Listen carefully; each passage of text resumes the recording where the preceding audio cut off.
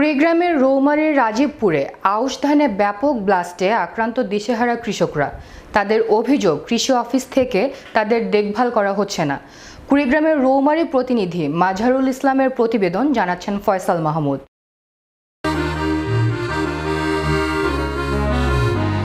চলতি মৌসুমে রৌমারী উপজেলায় 2500 হেক্টর জমিতে বিভিন্ন জাতের আমনের আবাদ হয়েছে।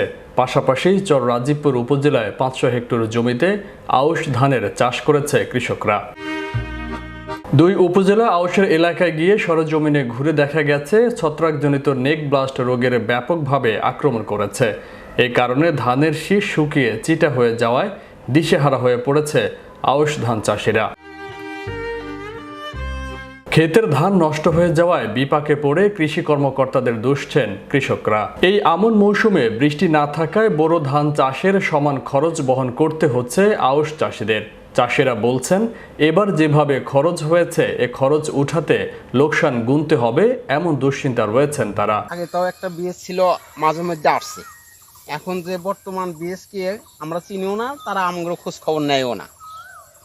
আগে জিল্লু সাহেব আসছিল, তাও সপ্তাহ বা মাসে 3-4 বার করে আমার সাথে সাক্ষাৎ করেছে, পরামর্শ দিছে। আর এখন কোন বিএস কাজ করে কৃষি কর্মকর্তা এখানে আমাদের সাথে কোনো ওঠা বসা, কোনো সাজেশন দেওয়া নাই। আমরা এরকম আবাদ করে আবাদ ক্ষতিগ্রস্ত হইতেছি। কোন কীটনাশক, কোন ভাইরাস হই না, এগুলা ওষুধপাতি কোনটা লাগবে আমরা ওরাই না দিই, ফসলে আমরা লস খেতেছি। আমরা কৃষি কর্মকর্তা সবসময় আমার সাথে পরামর্শ বা সাজেশন দিয়া থাকবে। আমরা ওই সাজেশন অনুযায়ী কাজ করব, আমরা ফসল বেশি পাবো বা আমরা ক্ষতিগ্রস্ত থেকে রক্ষা পাবো। অনেকে ঋণ নিয়ে ধানের আবাদ করেছেন। ধান না হলে কিভাবে ঋণ পরিশোধ করবেন সেটি নিয়েও হতাশাগ্রস্ত অনেক কৃষক। বিশেষভাবে অনুরোধ করতেছি বাংলাদেশ সরকারকে, আমাদের এলাকার বিচ্ছিন্ন এই এলাকায় আমাদের এই যে ভুট্টা কাটার পরে যে ধানটা আমরা লাগাই, সমস্ত ধান কৃষি কর্মকর্তারা না আসার কারণে সমস্ত ধান ব্লাস্ট রোগ বা কি অন্যান্য রোগে আমি 3 বিঘা জমি ধান কাটছি, 10 মণ ধানও আমি পাবো না। অথচ খরচ হয়েছে আমার 50 থেকে 60,000 টাকা। আমাদের এলাকার কৃষক, এই কৃষি কর্মকর্তারা দেখশন না করার কারণে আমরা একদম দুর্ভোগে পড়তেছি। আমি বিশেষ করে অনুরোধ করব বাংলাদেশ সরকারকে, তাদেরকে যেন বিশেষ করে চাপ দেয়, তারা যেন এলাকায় ঘুরে, তারা শুধু রৌমারি বসে বসে খায় আর আমাদেরকে দেখশন করে না। ব্লাস্ট রোগে ক্ষতিগ্রস্ত কৃষকরা বলেন, 3 বিঘা জমিতে আউশ ধান 48 রোপণ করেছি। 4 বার করে বিষ প্রয়োগ করেও নেক ব্লাস্ট রোগ থেকে রক্ষা করা সম্ভব হয়নি। ফলে প্রায় ধানের শীষ সাদা হয়ে বের হয়েছে। তারা আরও অভিযোগ করে বলেন, কৃষি কর্মকর্তারা আমাদের দেখভাল করলে হয়তো এ ফসলের এত ক্ষতি হতো না। পানি পাই না, আর রাস্তাঘাট পাই না। কি হয়েছে হিসা মরে যেতেছে, অর্ধেক হিসা মরে গেছে গা। সবকিছু করে আবাদ করে আসে, তার ওষুধ পানি আইনে দেই, তার কিন্তু ওষুধ আনি ঠিক, তার কিন্তু আসে না, খেত দেখেও না। আমাদের এই আবাদে তো পোষায় না, এরকম আবাদে আমাদের পোষায় না। কিন্তু আমাদের এটা কোনো বীজ আসে না, কিছু আসে না। ওষুধ পানি আনি দেই, যেটা কয় ওটি দেই, কিচ্ছু মানতেছে না। আমাদের আবাদের কি আছে, আমার বিঘায় 20 মণ ধান আসবে না।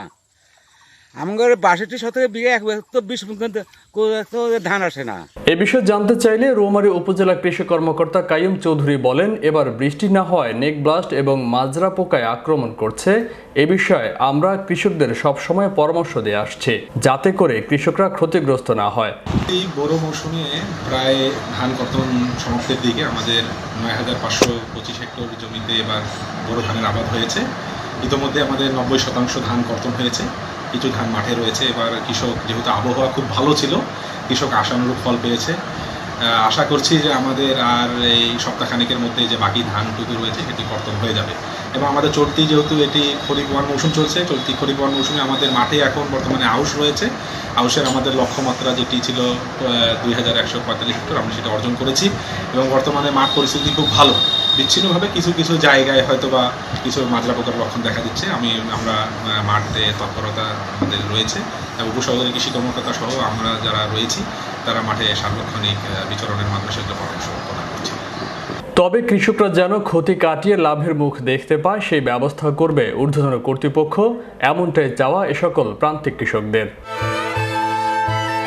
Faisal Mahmud, Biswabangla 24 national desk.